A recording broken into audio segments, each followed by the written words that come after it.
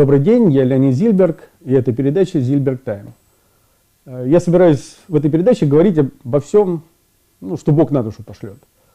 О своих поездках, о книжках, о мировой политике, о старом главе, о новом главе. В общем, все, что мне интересно, я надеюсь, это будет интересно вам. Вот в том кресле будет иногда сидеть мой гость. А в отсутствие гостя будет сидеть моя любимая шляпа. Я вот в отсутствие гостя буду разговаривать с ней. Еще мне можно задавать вопросы, и на следующих передачах я буду на них отвечать. Собственно говоря, вот такой формат передачи. Сегодня я хотел бы поговорить о разных вещах. Например, о Сирии. Мы вошли в Сирию. Все об этом знают, но мало кто знает, что мы, собственно говоря, делаем в Сирии. В Сирии мы защищаем некое религиозное меньшинство под названием алавиты. Кто такие эти алавиты? Это очень интересно на самом деле, потому что мало кто об этом рассказывает. Алавиты считают себя мусульманами, такое отдельное течение в исламе, их немного, там всего несколько миллионов, но большинство мусульман их мусульманами не считает. Верование у них очень своеобразное. Например, они верят в реинкарнацию, то есть в возвращение душ в новые тела. И вера их заключается вот в чем. Алавиты, то есть они сами, вернутся в новые человеческие тела. Остальные мусульмане станут ослами. Христиане станут свиньями, а евреи станут обезьянами. Вы понимаете, что когда у людей такие экзотические верования, то их постоянно кто-то хочет убить. Как их до сих пор не убили, это загадка истории. Но в очередной раз их сейчас хотят убить, но тут им на помощь пришла Россия. И есть надежда, что их опять не убьют. Но, как вы сами понимаете, в Сирии их очень любят. Они правят Сирией уже много лет и собираются править дальше. Вообще Сирия очень сложная страна. Там помимо мусульман-суннитов есть друзы, черкесы, армяне, христиане, туркмены, курды. И во всей этой каше не хватало только России. Теперь она там тоже есть. Как получилось то, что сейчас получилось в Сирии? Алавиты на протяжении тысячелетий были самым бедным, самым обижаемым, угнетаемым слоем в Сирии. Понятно, что с такой своеобразной религией их не очень любили. Они занимались сельским хозяйством, были что-то типа крепостных у христиан и других мусульман. Когда в Сирию пришли французы, они стали формировать армию из местных жителей, алавиты очень охотно пошли служить в эту армию. И когда французы ушли, оказалось, что армия состоит чуть ли не на 2/3 из алавитов. Это был единственный способ для алавитов подняться, поэтому они с таким удовольствием не служили. После этого началась целая череда переворотов. В конце концов, алавиты стали полными хозяевами, поскольку они были военными, они стали полными хозяевами страны. И на протяжении уже, кажется, 60-летий алавиты в лице клана Асадов правят Сирией. Понятно, что большинство в Сирии это сунниты, это совершенно не нравится. И собственно говоря, откуда пошла эта гражданская война и кого мы в Сирии защищаем. Да, чуть не забыл. Еще там есть такой замечательный народ, как езиды. Езиды – это люди, говорящие на курдском языке, но в отличие от курдов, они не мусульмане, они поклоняются огню. Представляете, огнепоклонники. В 21 веке такие замечательные огнепоклонники. И естественно, что на мусульманском Востоке их постоянно пытаются уничтожить. Считают язычниками, и в общем их судьба зачастую бывает незавидна. В общем, такая очень сложная каша, это самая Сирия, и я думаю, что это всерьез и надолго. Еще я хотел бы поговорить о интернет-портале 7 на 7. Ну, понятно, что мне это интересно. Многие знают, что я являюсь издателем этого портала и, понятно, там, переживаю за его судьбу и за то, что там пишется и печатается. Так вот, хочу похвастаться. В сентябре мы обогнали по количеству уникальных посетителей за месяц портал BNCOME. Это для нас серьезное достижение, но на нем мы не будем останавливаться. Хотя, конечно, сравнивать нас сложно, потому что мы выходим в 11 регионах, а BNCOME только в Коми. И, конечно, людей из Коми на БНК больше, но тем не менее.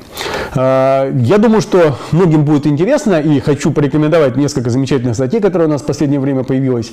Очень интересное расследование выпустил Максим Поляков. Должен сказать, что это расследование, оно в каком-то смысле возрождает вообще сам жанр журналистских расследований. Это то, что в последнее время в прессе почти что не было. Максим Поляков полностью исследовал ситуацию с Альфа-Трансом, разобрал ее по косточкам, с диаграммами, с цифрами. Я думаю, что это совершенно уникальная работа для современной республиканской прессы. Плюс есть очень забавный репортаж Елены Соловьевой. Я говорю про публикации самых последних дней. О заседании Общественной палаты. Православная общественность очень сильно возбудилась по поводу финского театра, который должен к нам приехать. И пытается запретить спектакль, который они должны показать. Спектакль, по всей видимости, действительно не очень хороший. Вот. Но я, правда, не думаю, что это будет правильно, если у нас снова появится цензура. Еще могу порекомендовать очень интересное интервью с известным политологом Дмитрием Орешкиным. Я даже не буду пытаться пересказать его, ну, просто действительно очень интересно. В целом, я очень доволен тем, как в последнее время работает наш интернет-портал, и могу смело порекомендовать его всем телезрителям и читателям. Еще я хотел поговорить о новом и старом главе. Ну, начнем с нового главы.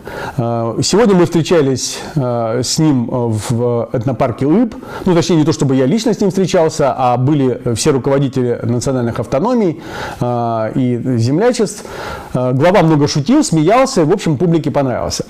Надо сказать, что это тот случай, когда, как говорят, новая метла по-новому метет, и, по всей видимости, поставлена задача вычистить буквально всех руководителей министерства ведомств гайзеровского разлива.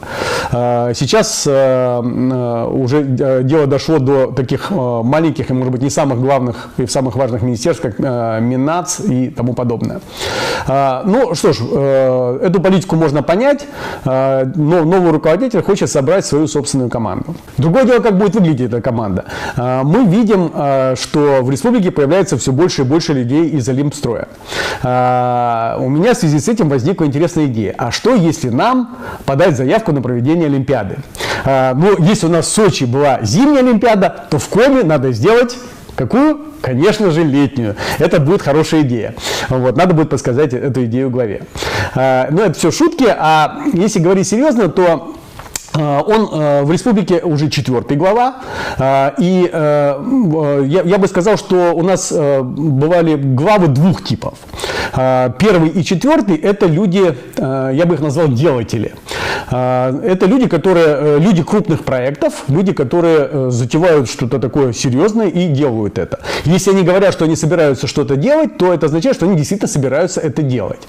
Другое дело, будут ли они это делать на самом деле, потому что, ну, всякие бывают обстоятельства, там может не оказаться денег, могут там измениться какие-то серьезные входящие, но тем не менее, так сказать, если эти люди заявляют, что там мы будем строить там город, сад, то эти люди будут действительно пытаться строить город-сад. Что касается 2-го и 3-го главы, то там все было несколько сложнее. Это были больше люди пиара. И если они говорили, что мы будем строить то-то и то-то, то это означало, что они должны были сказать, что мы будем строить то-то и то-то. Вот. Но вовсе не означало, что они действительно будут пытаться строить то-то и то-то. И эту разницу нужно хорошо понимать. В целом, я думаю, что республику ждут интересные времена, и будет действительно меняться очень-очень многое. я тоже выступал на этой встрече, и в самом конце ведущий предложил мне дать главе какой-нибудь совет. Я, к сожалению, растерялся и совета никакого сформулировать не смог. А потом подумал и все-таки решил, что совет я мог бы дать. И совет такой. Я встречаюсь с разными людьми в республике, и у многих, настроение, скажем, примерно такое. Вот человек, не буду называть, конечно, фамилии, говорит, вот я там заслуженный работник там искусств, или я там заслуженный учитель. И что же, я все это время был заслуженным работником искусств при банде? Вот. Или я был заслуженным учителем при банде. И вот эти люди ждут от новой главы каких-то слов, каких-то очень важных, очень правильных слов, чтобы они были сказаны, чтобы люди поняли, что их жизнь была прожита не зря, что работали они не зря, что награды они получили не из рук какой-то банды, а от имени государства, и работали они на это государство, и работали честно. И это очень важно, эти слова должны быть произнесены. Я думаю, что они и будут произнесены, потому что это действительно необходимо. И еще несколько слов о старом главе. К одному моему знакомому пришла его мама. И вдруг выясняется, что во всей республике не находится общественных организаций, которые готовы были бы дать необходимые ему характеристики. Ну, вы знаете, вот в суд всегда требуются какие-то характеристики положительные. Вот, так вот, никто не готов дать характеристику Гайзеру Вячеславу Михайловичу. Вы знаете, меня это возмущает. Я знаю очень многих людей, не буду называть их имена, которые облизывали в свое время Вячеслава Михайловича с ног до головы. Сегодня эти люди отказывают его маме в положительной характеристике. Это удивительно, хотя, может быть, и не очень. Но я со своей стороны, например, готов такую характеристику дать от тех общественных организаций, в которых я состою, и считаю, что, вообще говоря, так сказать, людям следует подумать. Потому что, как бы то ни было, но в республике делалось многое хорошего, а то, что касается тех уголовных дел, которые заведены, то пусть с этим разбираются следствие и суд. Это в общем-то, их дело. Еще я хочу поговорить о такой несколько неожиданной вещи, как астрономия. Значит, что я хочу сказать о астрономии? Об астрономии я хочу сказать, что ее теперь нет. То есть ее больше нету в наших школах по всей России. Это очень прискорбно, и это особенно прискорбно, потому что в 2017-2018 годах нас в мире ожидает большая астрономическая революция. Строятся гигантские телескопы, как наземные, так и космические, и вся эта лавина информации очень скоро обрушится на всех нас. Это будет реальная революция, особенно телескоп Вебб, который будет запущен в космос, это будет просто прорыв. Если вы знаете, в космосе уже много лет летает такой телескоп под названием Хаббл, и этот телескоп сделал больше астрономических открытий, чем все астрономы за всю историю астрономии, вообще, так сказать, всего человечества. И вот вся эта лавина информации будет в интернете и повсюду. Те, кто следил за замечательными приключениями космических миссий «Новые горизонты» в этом году, те видели, какое невероятное шоу устроили американцы из приближения своего зонда к Плутону. Вот это будет умножено на 10, и все это ждет нас в самое ближайшее время. А у нас, повторяю, в школах отменили астрономию. Значит, что с этим делать? Вот я лично пытаюсь с этим делать что-то, так сказать, со своими слабыми силами. А именно, мы организовали в 4-й школе города Сыктывкара музей космонавтики, обсерваторию, и пытаемся вот на уровне города и, может быть, на уровне республики возродить преподавание астрономии хотя бы в виде факультативов. К нам приезжал космонавт, его зовут Иван Вагнер, вот оставил такой проспект, это отряд наших космонавтов, и мы проводили астрономическую конференцию, это было очень интересно. Так что, если вы будете отдавать детей в 4-ю школу, то знаете, что у них будет возможность учить детей астрономии, у них есть прекрасные телескопы, вот такие вот телескопы, если здесь что-нибудь будет видно. Вот. Они будут проводить астрономические экспедиции и наблюдать за звездами. Надо сказать, что прежний курс астрономии был довольно скучным. Он был очень сухим, очень специальным.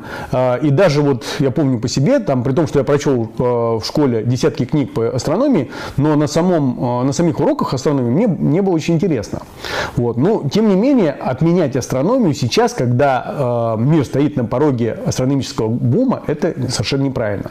Конечно, нужно менять этот курс, вводить его в виде факультатива для желающих, делать больше наблюдательной астрономии, больше там разной развлекательной астрономии, водить ребят по музеям, но ни в коем случае не отменять астрономию как предмет, потому что это один из тех предметов, который более чем что бы то ни было другое разжигает в детях любопытство, интерес и желание приобрести новые знания. Школа номер 4 города Сыктывкара – это школа имени Гагарина. Это моя родная школа, я в ней председатель попечительского совета. Школе в следующем году исполнится 55 лет, но никогда ничего такого вот космического, астрономического в ней не было. Мне показалось, что это очень обидно, ну, в общем, неправильно. Но единственное, правда, что было, у нас был большой бюст Гагарина, но в последнее время я что-то его не вижу, кажется, его тоже нету. Наверное, его раздолбали. В общем, я подумал, что нужно что-то такое космическое в этой школе сделать. И мы создали фонд. Фонд называется «Общее культурное достояние». Этот фонд выиграл президентский грант. На средства этого президентского гранта мы закупили много чего хорошего для школы.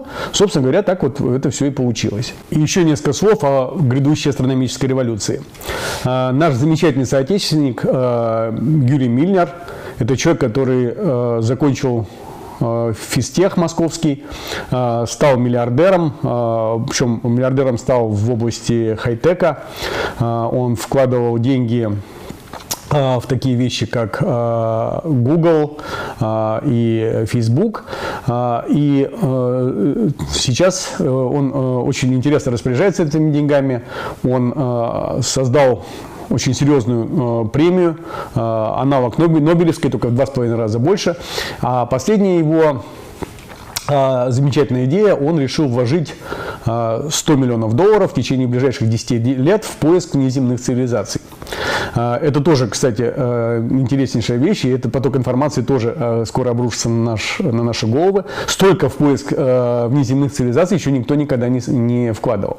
И надо сказать, что если все предыдущие исследования были безуспешны, то это исследование может вполне привести к каким-то результатам.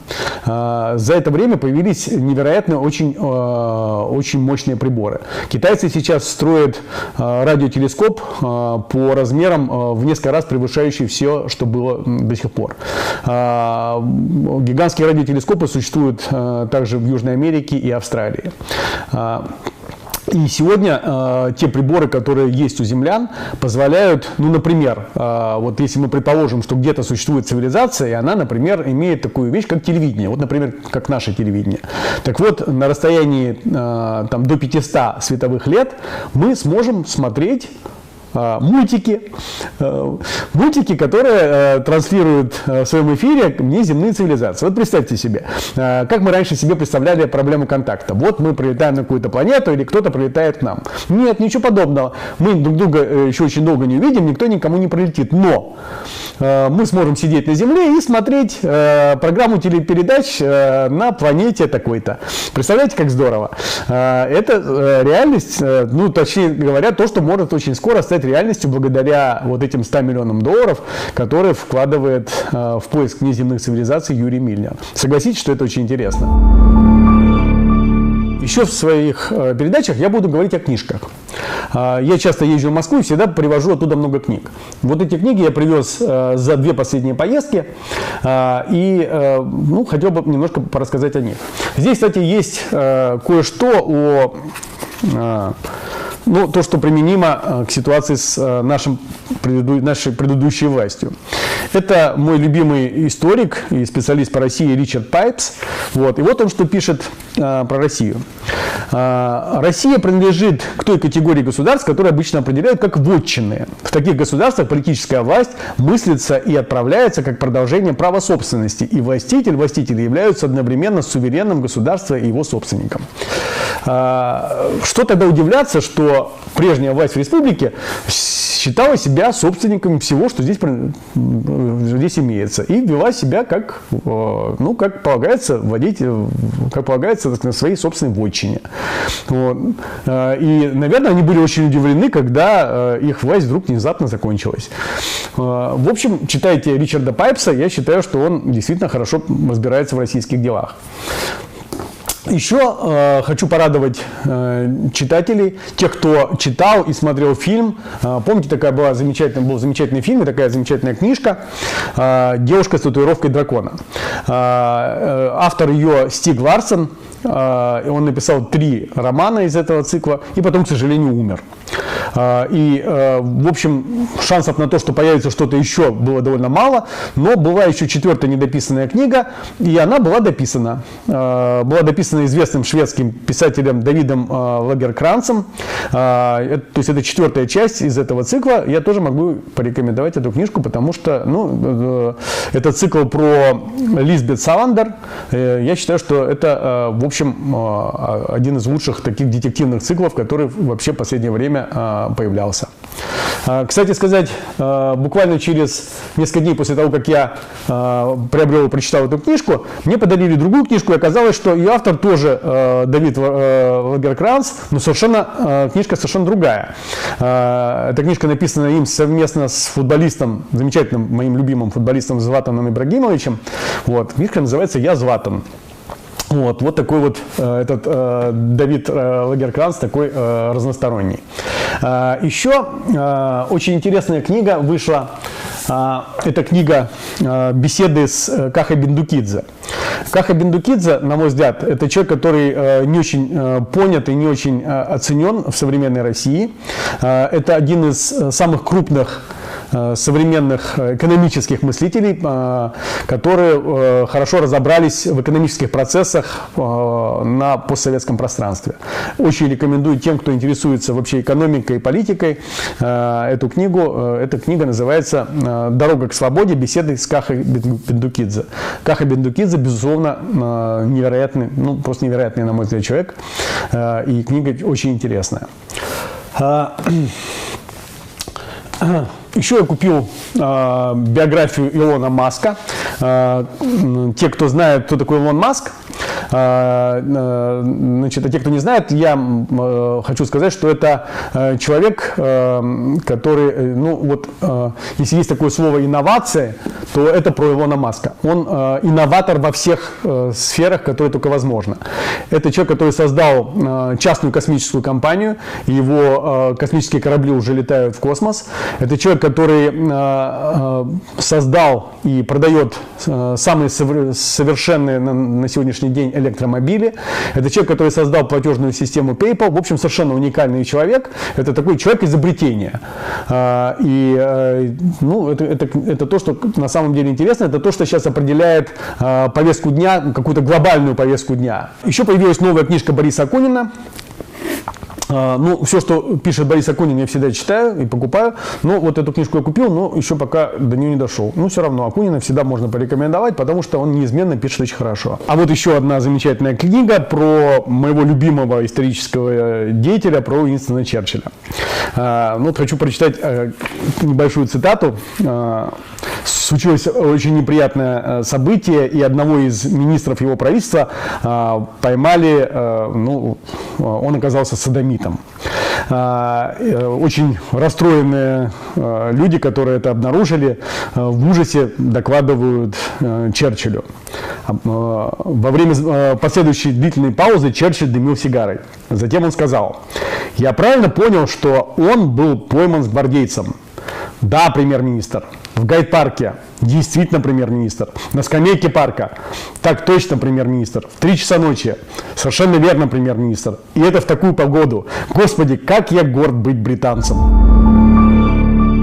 Еще одна вещь, о которой я намереваюсь в дальнейшем рассказывать, это мои поездки. В ближайшее время я поеду в королевство Марокко. И поеду не сам по себе, не с туристической поездкой, а поеду в составе большой российской делегации. И там будет много интересных встреч. Мы объедем всю страну и даже будем встречаться с королевской семьей Марокко. Я об этом, конечно же, с удовольствием расскажу, но это будет, наверное, чуть позже, где-то в декабре.